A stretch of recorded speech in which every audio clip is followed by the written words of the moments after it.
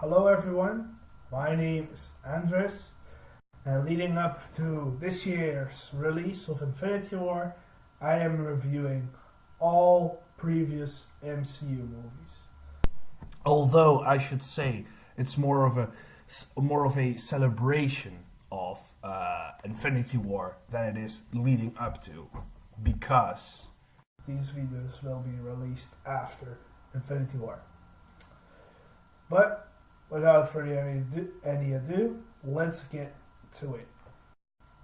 Now, you might be asking yourself, why review two movies in one video? That's because Iron Man 2 is so shitty, so horrendously bad, that I need to talk about a better movie within the same video. Otherwise, I would just kill myself because of this pure awfulness. And also, it will more that way. This is actually a review. Otherwise, if I had done only a Iron Man 2 review, this would be more of a rant than an actual review. So yeah, let's start with Iron Man 2. So yeah, this movie was released in 2010, 2 years after the original Iron Man and The Incredible Hulk. This sequel was highly anticipated, and a lot of people fooled themselves, including me, into liking this movie just because the first movie was so damn good. You know, when Star Wars Episode 1 came out, a lot of hardcore Star Wars fans lied to themselves, saying that they loved the movie.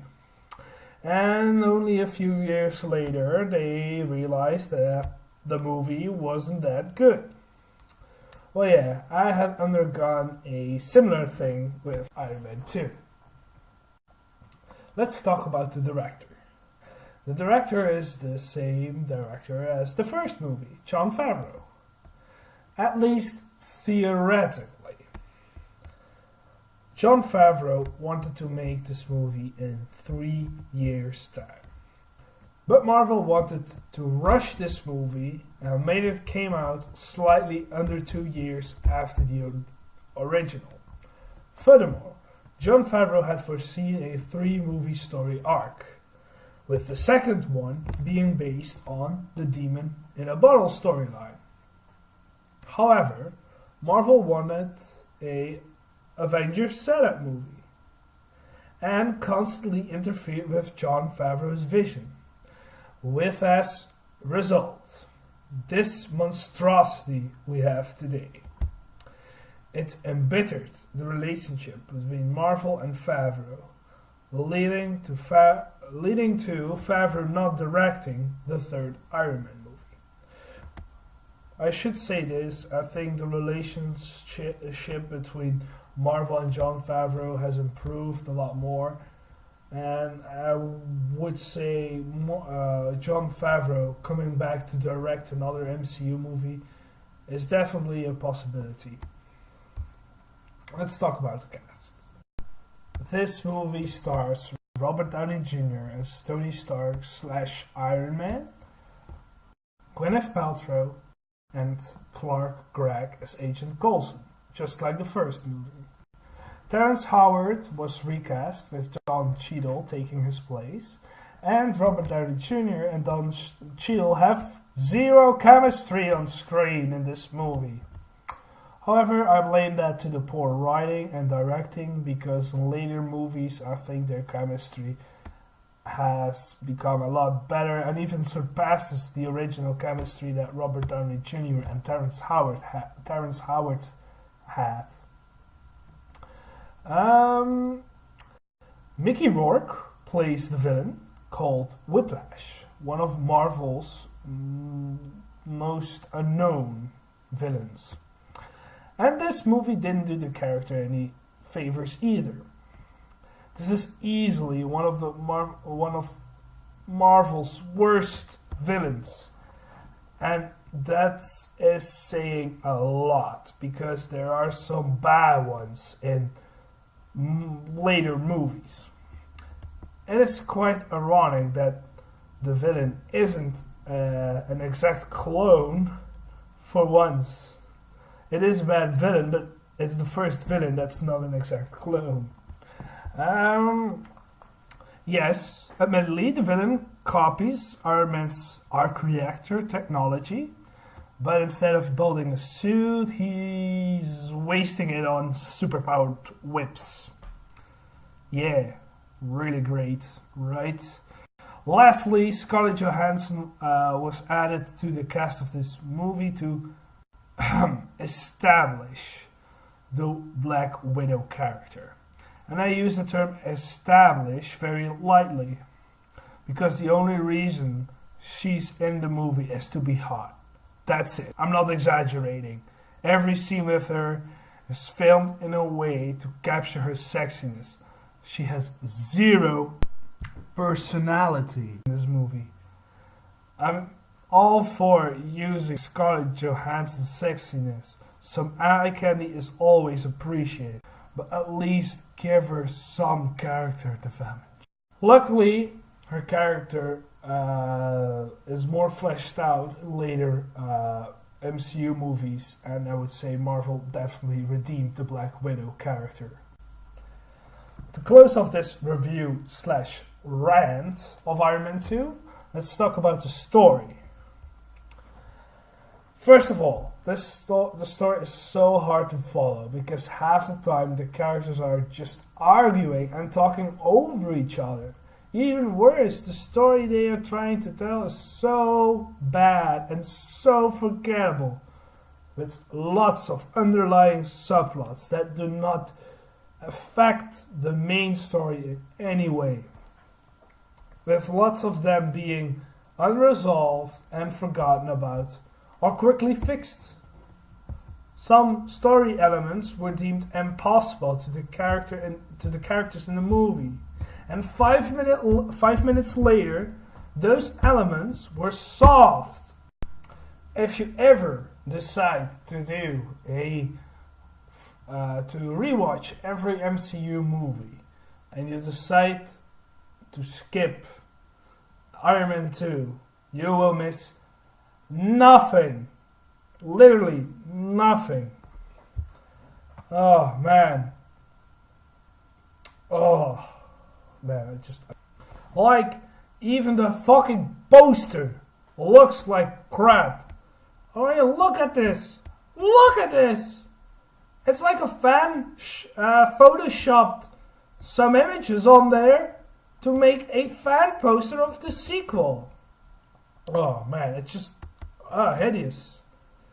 The only good things about this movie are Robert Downey Jr.'s performance as Tony Stark / Iron Man and Scarlett Johansson's hotness. That's it. Alright, rating time. My ratings ranked from worst to best are as follows: shit, bad, meh, good, and awesome. And Iron Man 2 is utter shit. This movie is god awful. If you are doing an MCU marathon, like I said before, this is the only movie you are allowed to skip. If there's one movie you want to skip, that's the one. Now, with all the crap I am giving this movie, I do think it's an important movie. Despite I just said you could skip it, it is an important movie. Because I think Marvel has taken their lessons from it. And this movie realized what not to do. And I like to think that they have grown a lot as a studio since then. With every other MCU movie, for me personally, being enjoyable, at least. Now on to Thor. Thor was released about a year after Iron Man 2 in 2011. And Thor is a movie a lot of people seem to love, mostly because it offers a good fish out of water kind of story. And I mostly agree with that statement. Although I think Wonder Woman did a more entertaining job at setting up the world and doing the fish out of water story. However, the third act of that movie was done horribly wrong. Well, I think this movie, Thor, is very consistent throughout its runtime in terms of entertainment and overall quality. But then again, Thor is a Marvel movie, Wonder Woman is a DC movie. What did you expect from DC? No. Enough DC bashing. This movie is directed by Kenneth Branagh and stars Chris Hemsworth as Thor, Tom Hiddleston as Loki, Anthony Hopkins as Odin, Natalie Portman, and Clark Gregg returns as Agent Coulson. This movie is filled with references to the MCU. Stark gets a mention by name. The post-credit scene of Iron Man 2 is literally a scene in the movie here. A gamma scientist who's gone quiet is an obvious mention to Dr. Banner, aka the Hulk. And we even get an introduction to Hawkeye in this movie. More about that later. Let's talk about the good things first. The chemistry between Chris Hemsworth's interpretation of Thor and Tom Hiddleston's Loki is really, really freaking good. And I'm glad it also plays a very big role in the movies that came after this one. Furthermore, despite its constant references to the MCU, the movie's very solid and entertaining to watch. And best of all, the plot doesn't get to a halt whenever they try to throw some references at you. Unlike Iron Man 2, which was all reference, no movie. Now let's talk about the things that weren't so good. Yes, I just said I like the way they were able to throw all those references at you without slowing down the movie. However, Hawkeye's introduction was wasted. He has nothing more to do in this movie than just be there for a very small cameo. If you were to cut him out of the movie, nothing would have gone differently. His role in this movie is that unimportant. Even Black Widow had more to do in Iron Man 2. And that movie was utter trash. At least with being sexy and fighting some random security guard makes a character resonate more with the audience than just a guy picking up an arrow and a bow and doing nothing and then just leaving again. Not for the right reasons per se, but at least the character isn't forgotten by the viewers. Anyways, to give some constructive feedback, they could have had Hawkeye at least fire one arrow. Was that too much to ask? Having a guy whose superpower is super good archery, having him fire one arrow, was that too much to ask? Okay. Even though the level of entertainment is pretty consistent throughout this movie, I don't think the tone is. The stuff on Earth is way more lighthearted and funnier than the scenes on Asgard. Now, they've changed this in later movies to approach everything with Thor more and more comedic from one movie to the other, which I personally think is for the better. This may be the most serious Thor movie, but the later ones still treated the character really well, despite taking his later movies progressively less and less serious. With Thor Ragnarok being just a straight up action comedy. A hilarious one though, but I'll review that movie in a much later review.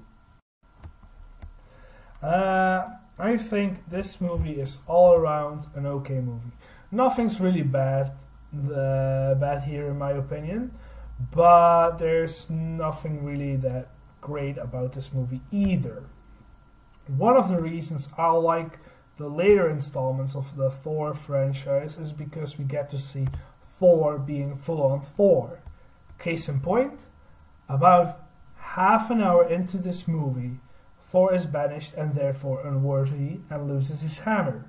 Meow Meow or Mjolnir, depending on who you ask. And because of that, his powers, he loses that too. And he only fully regains them around the 1 hour and 30 minute mark in a 2 hour movie. You see the problem? We don't see Thor being the badass god of thunder that he really is for about half of the movie. Now to end this review, let's give it a rating. My ratings are ranked from worst to best are as follows: shit, bad, meh, good, awesome. And if you haven't figured it out by now, I give Thor a good. I think it's an okay movie, but definitely not a great one. And I think it's hugely overrated by some people. See you next time, where I will be reviewing Captain America, the First Avenger.